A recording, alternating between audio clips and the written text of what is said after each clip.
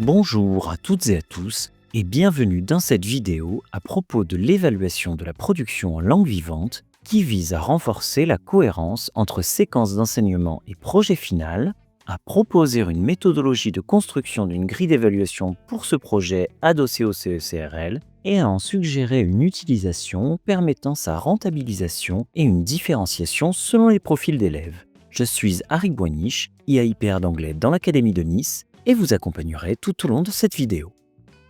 Lorsque l'on construit une séquence, il convient pour ainsi dire de commencer par la fin en concevant l'évaluation dès les premières étapes. Je vous propose ainsi de dérouler ensemble chacune de ces étapes afin d'en saisir la logique globale. Le primat du culturel est la spécificité de l'enseignement des langues vivantes en France. Cela signifie que la langue s'apprend dans un contexte culturel et que le cours de langue vivante est toujours connecté à une ou des réalités des pays de l'ère linguistique concernée. Les programmes structurent la multiplicité des contenus culturels sous forme d'axes qui doivent être traités au cours de l'année, mais au sein desquels il est possible de choisir un objet d'étude plus précis. On veillera cependant à circonscrire de façon encore plus explicite l'objet d'étude choisi pour les élèves en définissant une problématique qui prendra la forme d'une question simple devant motiver l'enseignement. Quel intérêt les élèves ont-ils à travailler sur cet objet d'étude? Qu'auront compris les élèves de cet objet d'étude en fin de séquence? En faisant cela, on s'assure de donner une réelle direction à son projet pédagogique en évitant ainsi la séquence catalogue sans grand sens pour les élèves et donc peu motivante. Tout au long de cette vidéo, pour rendre les choses plus concrètes, je baserai mes explications sur deux exemples de séquences. La première est une séquence de collège destinée au cycle 4 et plus particulièrement à une classe de 4e et relève de la thématique culturelle Voyages et migrations des programmes de 2016, encore en vigueur pour 2 années à venir. Elle se concentrera plus particulièrement sur la ville de New York et, dans le but d'éviter le catalogue, répondra à la problématique « Pourquoi New York est-elle une destination touristique majeure ?» Cette idée de séquence est très librement inspirée du travail de Justine Pastorelli, que vous pourrez consulter sur le site de l'Académie de Nice en flashant le QR code affiché à l'écran ou en cliquant sur le lien en description. La seconde est une séquence de lycée visant le cycle terminal et plus particulièrement la classe de terminale, traitant de l'axe culturel citoyenneté et monde virtuel qui se concentre sur les fake news. Afin de circonscrire l'objet d'étude, c'est à la problématique suivante que répondra la séquence. Quelle confiance accorder à ce que l'on voit en ligne? Cette séquence d'Élodie Forestier est reprise d'une publication que vous pourrez trouver sur le site des langues de l'Académie de Toulouse, à nouveau en flashant le QR code à l'écran ou en cliquant sur le lien en description. Si le terme d'actionnel flotte indéniablement dans l'inconscient pédagogique collectif, il n'en reste pas moins parfois mal compris. En effet, actionnel n'est pas dérivé d'une idée d'action. Des exemples aussi incongrus que « prenez un stylo » ou « copiez 100 fois la phrase » mènent bien à des actions, mais personne n'aurait l'idée de dire qu'ils relèvent de l'approche actionnelle. De même, le concept d'actionnel ne peut être exclusivement relié au fait que l'élève est actif, puisqu'il y a bien longtemps que les cours, notamment de langue vivante, ne sont plus des cours magistraux. En réalité, la pédagogie actionnelle consiste à envisager l'élève comme un acteur social, c'est-à-dire à le placer dans des contextes de communication authentiques ou à tout le moins réalistes, en ce qu'il pourrait être rencontré au sein d'une société parlant la langue étudiée. Le projet final de toute séquence se devra donc tout d'abord, pour s'inscrire dans l'approche actionnelle exigée par les instructions officielles, de mettre en œuvre un tel contexte, mais il sera également important, dans un souci de cohérence qui facilitera l'explicitation de l'enseignement aux élèves, que son élaboration apporte des éléments de réponse à la problématique posée précédemment. À la suite de cela, toute tâche intermédiaire doit s'envisager comme une opportunité d'entraînement à l'un ou plusieurs aspects de ce projet final, ou encore de défrichage de ce ou ces aspects. Revenons maintenant à nos deux exemples de séquences dans le but de rendre tout cela plus concret. Pour la séquence de 4e, il serait possible de demander aux élèves de rédiger une brochure touristique sur New York, mettant en lumière 3 monuments emblématiques, ce qui placerait les élèves en position de communicants pour un office de tourisme ou une agence de voyage, tout en leur proposant de fournir une réponse, certes partielle, autour de la problématique de l'engouement pour New York comme destination touristique. Pour la séquence de terminale, je vous propose de mettre les élèves au défi de créer eux-mêmes une vidéo conspirationniste incluant photos, extraits d'autres vidéos détournées, ainsi qu'une voix off. Une fois le projet final posé, il est temps de déterminer les objectifs langagiers nécessaires à sa réalisation. Pour ce faire, il est nécessaire de rédiger soi-même la production attendue des élèves, tout d'abord comme un bon élève, dans le but d'envisager les outils langagiers et les compétences dont ils auront besoin, mais également comme un élève en difficulté afin d'anticiper d'éventuels écueils. Par exemple, dans le cadre d'un débat, le fait de se mettre dans la peau d'un élève très peu à l'aise permettra sûrement d'entrevoir le cas de figure où des phrases correctes et riches de contenu sont produites, mais où elles ne correspondent absolument pas à l'argument énoncé précédemment par un camarade, car apprise par cœur et, pour ainsi dire, recrachée telle qu'elle, sans considération ou compréhension du contexte. Une fois ce double exercice réalisé, les objectifs peuvent être envisagés plus facilement et sereinement. Voici par exemple de potentiels extraits de la brochure touristique que les élèves de 4e pourraient réaliser sur New York. Les phrases de type « New York City is so beautiful, it's such a fascinating city » appellent ici l'utilisation du haut degré, et l'on pourra choisir entre les diverses structures qui permettent d'exprimer une telle emphase, les adverbes d'intensité comme « very » ou « extremely », so plus syntagme adjectival, such plus syntagme nominal, so much ou so many plus syntagme nominal. La deuxième phrase, Central Park is bigger than, for example, all of Monaco, entraîne l'utilisation de la structure comparative, à même de mettre en exergue le caractère remarquable de New York. De même, la phrase The Statue of Liberty is the best known monument in New York City and probably all of the USA, contenant un superlatif, poussera plus loin cette logique de comparaison pour dégager la dimension non plus remarquable, mais bien exceptionnelle de la ville. Enfin, la phrase « At the top of the Empire State, you can admire New York City's skyline » use du modal can pour exprimer la capacité, c'est-à-dire ce que la ville, avec toutes ses caractéristiques remarquables, rend possible. Pour la vidéo conspirationniste que réaliseront les élèves de terminale, on peut aisément imaginer les phrases suivantes. Remember when X happened utilise un prétérit simple qui présente des idées comme des faits, vrais précédemment mais qui ne le sont plus ou qui n'ont plus cours. Dans Well, in fact, it was why, les mots de liaison de correction comme in fact, actually, except ou for real permettront de commencer à réorienter l'opinion du spectateur. Dans ce cadre, des phrases comme Everyone knows that X présentent des verbes au présent simple, c'est-à-dire asseyant les actions décrites comme des faits vrais qui ont toujours cours.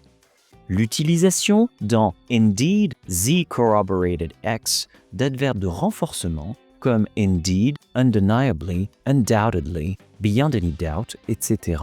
permettra de renforcer la factualité et donc la vérité objective sous-entendue par les verbes au présent simple. Le terrain est ainsi préparé pour des techniques de manipulation peut-être plus grossières, telles l'utilisation dans Have you ever thought of X? Did it occur to you that Y? Wouldn't you say that Z? De questions, ou mieux, d'interrogatives. Les deux phrases suivantes, What you are going to see may well upend your world, et Your life could be turned around after listening to this, font usage d'une modalité épistémique indiquant une certitude croissante. On démarre en effet avec may plus verbe ou pire might plus verbe pour, en passant par could plus verbe, déboucher sur must plus verbe ou can't plus verbe.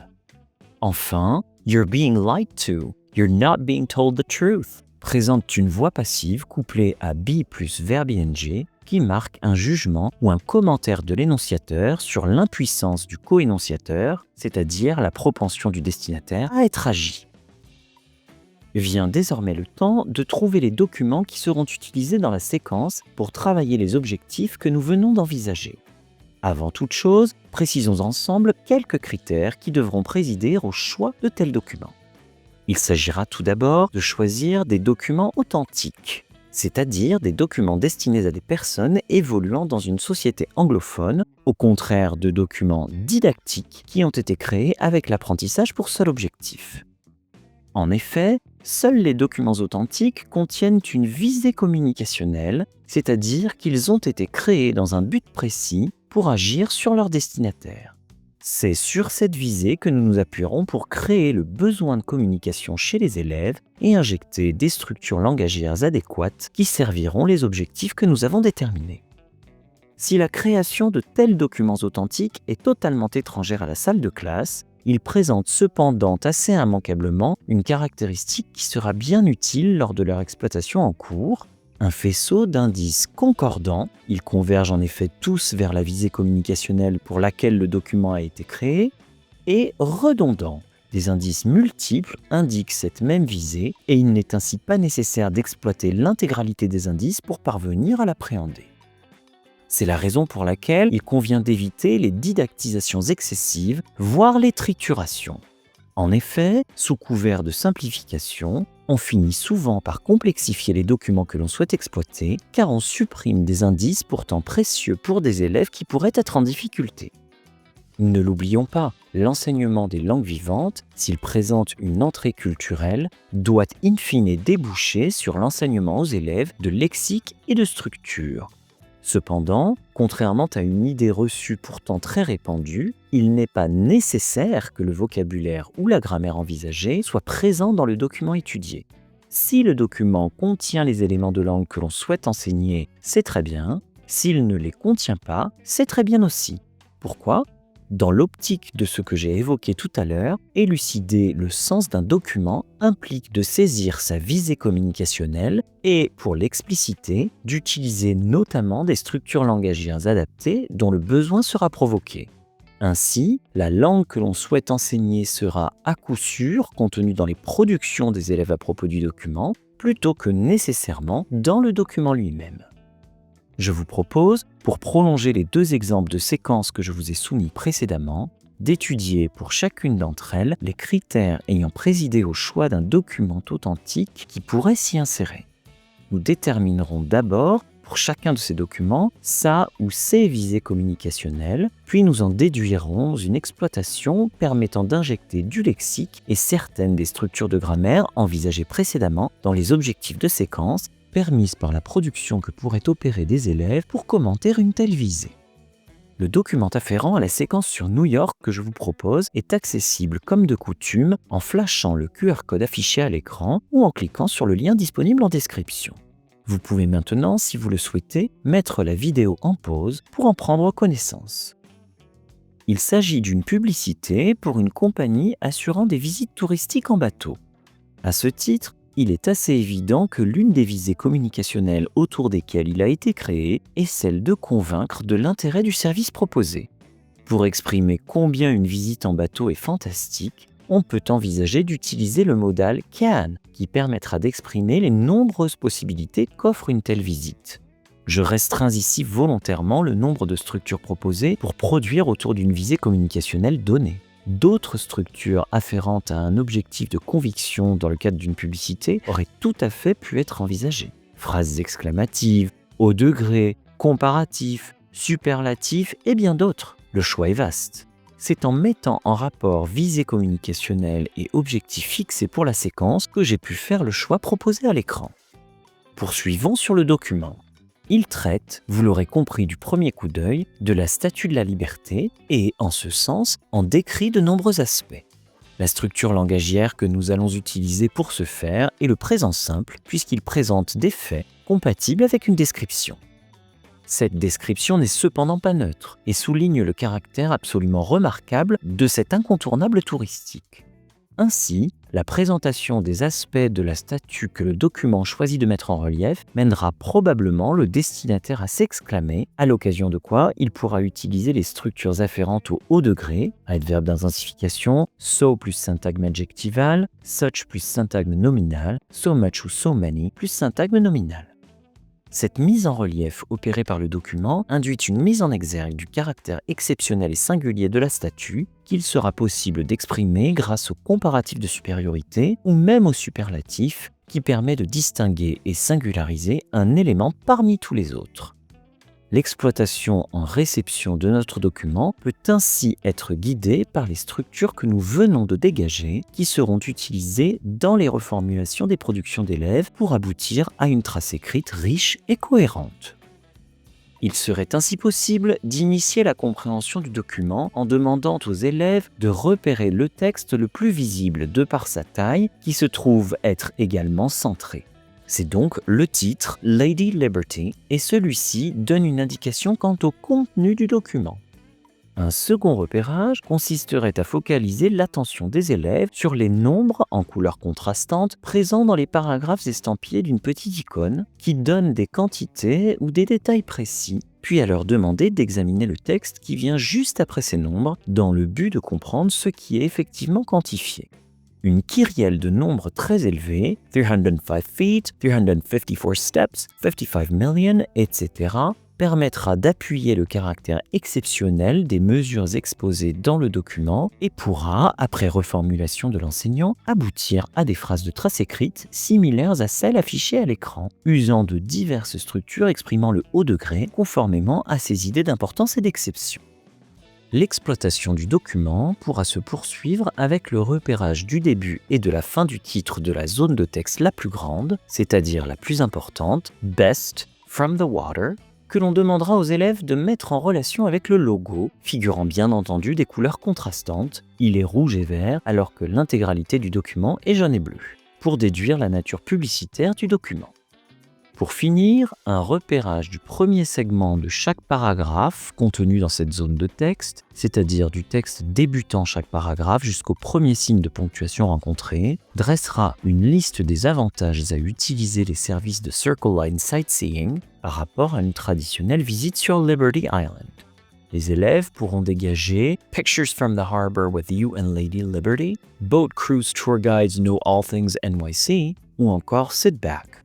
Il sera ainsi possible, après reformulation, d'aboutir à une trace écrite similaire à celle proposée à l'écran, faisant usage du modal can pour souligner les nombreuses possibilités qu'offre cette visite en bateau. Le second document que je vous propose, cette fois-ci pour alimenter notre séquence autour des fake news, est accessible en flashant le QR code affiché à l'écran ou en cliquant sur le lien en description. Je vous invite maintenant à mettre la vidéo en pause pour pouvoir en prendre connaissance. Ce document est un article du média en ligne Slate et en ce sens, il est logique qu'il vise à informer. On pourra ainsi, conformément à cette visée communicationnelle, utiliser des temps simples qui présentent ce qui est dit comme des faits ou de l'information. Rentrons maintenant dans l'article. Il traite de la panique créée par la diffusion de la fiction radiophonique War of the Worlds, réalisée par Orson Welles, qui s'est déroulée en 1938. L'article a donc également vocation à raconter des événements de l'époque et l'on pourra mobiliser à cet effet des connecteurs de temps, le prétérit ainsi que le past perfect si des flashbacks sont nécessaires. Enfin, le but de l'article est clairement de démystifier cet événement en opérant un debunking de la légende construite autour de cette soi-disant panique. Pour ce faire, l'article entend corriger les croyances erronées et on pourra dans ce but mobiliser des adverbes impliquant la correction comme actually, in fact ou except par exemple. Il entreprend en outre d'exposer la manipulation à l'œuvre, ce qui pourra être reflété dans des structures comme la voix passive qui thématisera les victimes de cette manipulation et le présent en be plus verbe ing qui indiquera un jugement. Il est maintenant temps de passer à la mise en œuvre de la compréhension de ce document. Un premier repérage pourrait être celui des liens hypertextes contenus dans le premier paragraphe du document qui sert traditionnellement d'exposition. Ces liens matérialisent des éléments importants, dignes d'être repris dans des pages extérieures. Ils sont au nombre de 2, War of the Worlds et New PBS Documentary. Une confirmation de ces informations avec les dates contenues dans le chapeau de l'article, 1938, et le paratexte, 2013, permettra d'établir, comme le propose la phrase de trace écrite affichée à l'écran, le contenu global du document. Un repérage des mots répétés dans le titre de l'article et le premier paragraphe, qui tient lieu d'exposition, donnera War of the Worlds et Panic, permettant aux élèves d'induire la thématique du document, comme indiqué dans la phrase de trace écrite qui s'affiche à l'écran. Le repérage des premières phrases de chacun des paragraphes de la première partie permettra rapidement toutefois de qualifier la panique en question. Et une confirmation sera apportée par la réponse suivant immédiatement la question posée au paragraphe 3. Il sera ainsi pertinent, en reformulant les productions d'élèves, d'introduire ici des adverbes de correction qui figureront en trace écrite, comme le suggèrent les phrases proposées à l'écran. On pourra poursuivre l'exploitation du document avec le repérage dans le paragraphe figurant une question, inhabituelle s'il en est dans un document informatif, des mots répétés qui mènent invariablement à la thématique de ce qui est dit pour découvrir l'opposition entre newspaper et radio. L'examen plus approfondi du contexte de ces mots, dans ce même paragraphe, permettra d'exposer la supercherie. On pourra ainsi utiliser, dans les reformulations des productions d'élèves, la voix passive au présent be plus verbe ing. On conclura avantageusement en demandant aux élèves de terminer le repérage des premières phrases dans chacun des paragraphes restants, qui permettra d'appréhender le caractère toujours actuel de cette manipulation ayant eu lieu il y a près d'un siècle, comme le montre la phrase de trace écrite proposée à l'écran. Après cette plongée dans le détail de la séquence elle-même, destinée à mettre en lumière la cohérence entre projet final, objectif langagier et exploitation de chacun des documents, revenons à l'évaluation à proprement parler que nous réaliserons en construisant une grille qui permettra aux élèves, selon une logique formative affirmée, bien avant la note qui leur est attribuée, d'appréhender leur positionnement, c'est-à-dire leur réussite, mais également d'apprécier ce qu'il est nécessaire d'accomplir pour progresser. Pour commencer, examinons les considérations qui ont présidé au choix opéré dans cette vidéo quant au processus d'élaboration de grille que je souhaite vous proposer. Il n'est pas surprenant, en tant qu'enseignant, de rechercher pour toute évaluation une dimension formative. Nous souhaitons tous voir progresser nos élèves et espérons que toute évaluation sera à même de les y aider. Cependant, et a fortiori depuis que le diplôme national du brevet et le baccalauréat sont en partie évalués en contrôle continu, il est nécessaire et attendu que des notes soient attribuées aux élèves. Justement, alors que nous souhaitons attirer l'attention des élèves sur l'acquisition des compétences que mesure l'évaluation opérée, eux sont au contraire très souvent uniquement focalisés sur la note obtenue. Il est ainsi important, pour tenter de désamorcer cette attention démesurée à la note, de leur rendre les réussites et les progrès qui restent à accomplir facilement compréhensibles. Nous sommes cependant contraints, par les instructions officielles, d'utiliser le CECRL dont les descripteurs, s'ils sont parlants pour les professionnels que nous sommes, ne sont pas aisément compréhensibles du grand public et donc des élèves. Il conviendra également, toujours dans cette logique d'explicitation des réussites, de pouvoir indiquer à un élève qu'il a dépassé l'attendu. Nous sommes cependant contraints une fois de plus, cette fois-ci par les logiciels de notation très largement utilisés, à un plafond de 20 sur 20 qu'il est impossible d'excéder. Après avoir considéré les prémices conditionnant notre méthodologie, il est maintenant temps de démarrer l'élaboration de la grille d'évaluation en commençant par définir les critères sur lesquels seront évalués les élèves. Pour les déterminer, il est important de garder les éléments suivants à l'esprit. Chacun de ces critères devra nécessairement présenter une intrication du contenu et de la langue. En effet, il est évident que l'on ne parle pas pour ne rien dire ou que ce que l'on dit est influencé par la langue que l'on emploie. En conséquence, on comprendra aisément qu'il est impossible pour un élève de produire un contenu de qualité si la langue qu'il manie est défaillante. Ceci a une implication directe pour les élèves en difficulté. Évaluer séparément langue et contenu revient à leur infliger une double peine, puisqu'une langue évaluée comme insuffisante conditionnera de facto une évaluation similaire du contenu présenté. Pour ne pas surcharger cognitivement les élèves, il sera judicieux de limiter le nombre de critères à 3 ou 4. Dans un souci de lisibilité accrue, on pourra d'ailleurs les libeller en démarrant par « je peux » ou « je sais », suivi de verbes décrivant les compétences attendues. Pour déterminer les critères eux-mêmes, il est possible de suivre deux logiques. Si la production suit une forme figée et bien identifiée, il est possible de suivre une logique structurelle et de dédier un critère à chacune des parties attendues. Dans le cas de la séquence traitant de New York, le projet final impose une structuration de la production attendue. Une introduction présentant New York comme destination touristique, suivie de la présentation de 3 monuments, pour chacun desquels sont proposées 2 activités. Les critères que j'ai déterminés suivent ainsi ce découpage. Je peux présenter New York comme une destination désirable, qui évaluera l'introduction. Je sais mettre en valeur les monuments inclus dans ma brochure pour juger des présentations des 3 monuments. Et je peux proposer pour chaque monument au moins 2 activités pertinentes pour apprécier les possibilités touristiques de chacun exposées par les élèves. Si, en revanche, la production peut adopter une structure et une forme variées, on recourra à une logique descriptive qui se concentrera plutôt sur des aspects globaux de celle-ci. Notre vraie fausse vidéo conspirationniste peut revêtir bien des apparences, et c'est la raison pour laquelle il est plus adapté, pour déterminer les critères d'évaluation de celle-ci, d'adopter cette seconde logique. On aboutit ainsi aux 3 critères suivants.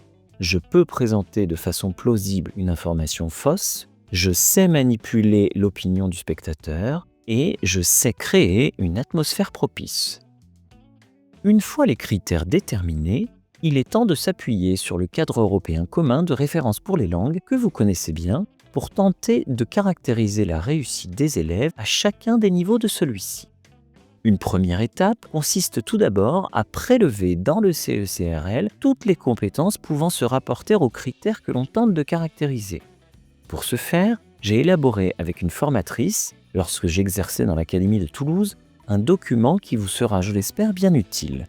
Il s'agit des descripteurs du CECRL 2021 en un coup d'œil, qui comporte un sommaire interactif et, sur chaque page recensant les tableaux de descripteurs afférents à chaque compétence, un lien de retour vers ce sommaire dans le but de vous permettre une navigation aisée et fluide au sein du volume complémentaire.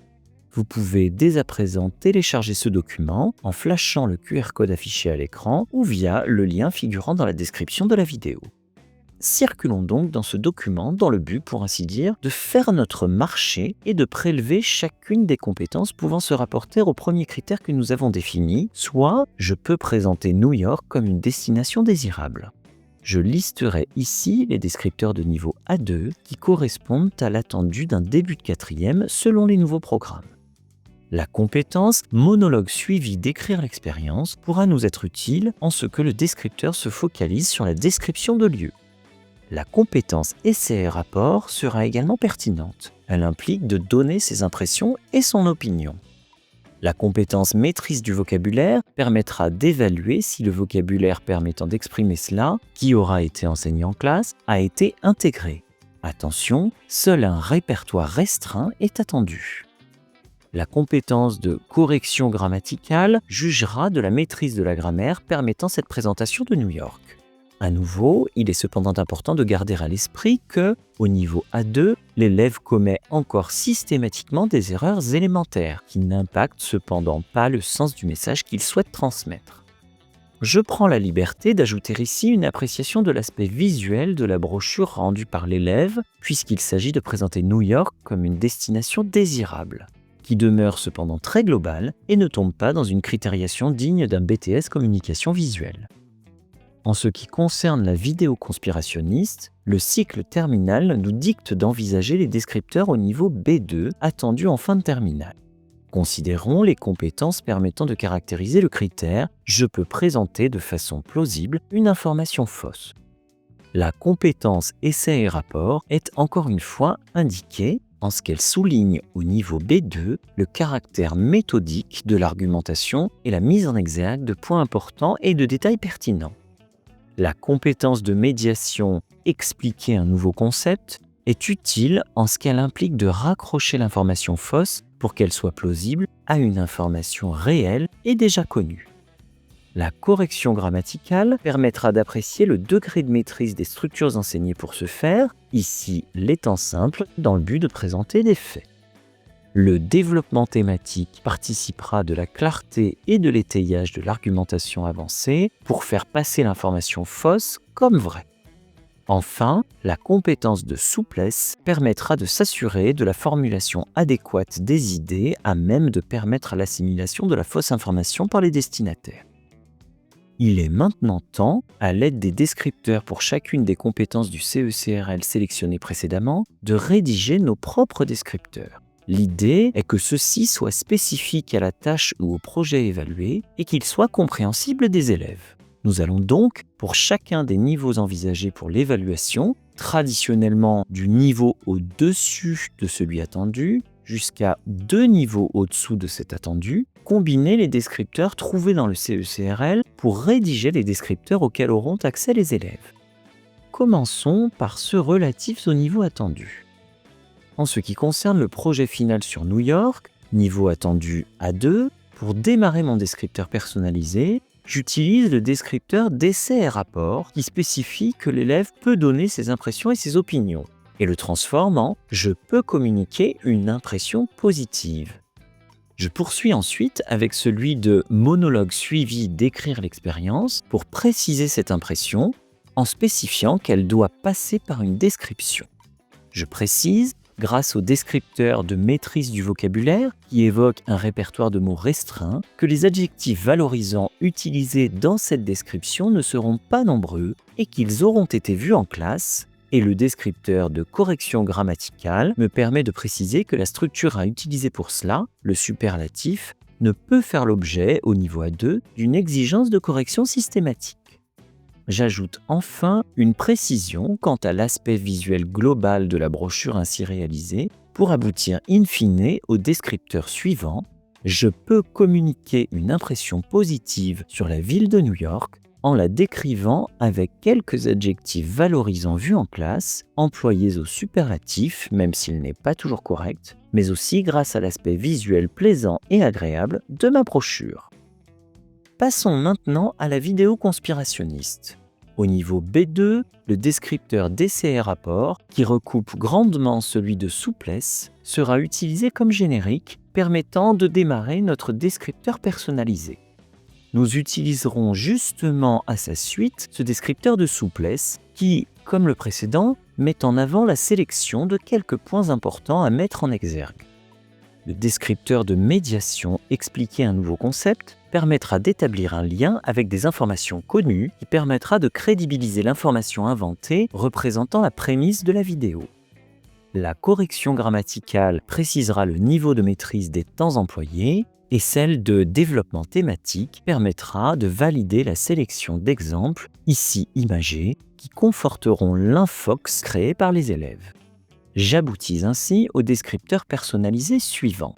Pour former une fausse information cohérente et plausible, je sélectionne quelques points importants que je choisis de mettre en avant dans le but de rappeler à mon auditoire une information vraie connue de tous.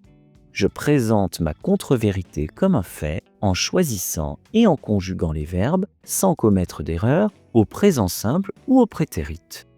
Je choisis des images pertinentes qui sont de bons exemples de ce que j'avance et qui confortent mon propos.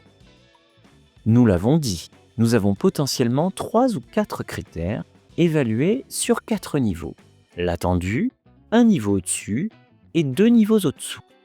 Je vais attribuer pour chacun des niveaux et chacun des critères un barème de points score, ici linéaire, c'est-à-dire que l'intervalle de points entre 2 niveaux est toujours le même. Je choisis donc d'attribuer 5 points score pour le plus petit niveau, puis 10 points score pour le niveau du dessus, 15 points score pour le niveau attendu et 20 points score pour une performance qui excède les attentes.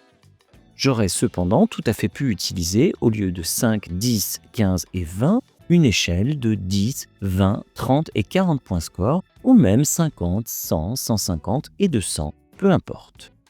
Je vais ensuite devoir convertir ces points score en notes sur 20. Pour commencer, rien de plus simple. J'additionne l'intégralité des points score qui forment le niveau attendu, ici 15 plus 15 plus 15, soit 45 points score, et j'attribue à ce score la note de 20 sur 20. Cela signifie qu'un élève qui performe au-delà de l'attendu aura potentiellement un score supérieur. Par exemple, pour un niveau supérieur sur les 3 critères, il obtiendra 20 plus 20 plus 20, soit 60 points score. Mais sa note ne pourra pas, bien entendu, excéder 20 sur 20. Nous avons donc une note de 20 sur 20 pour 45 points score et plus.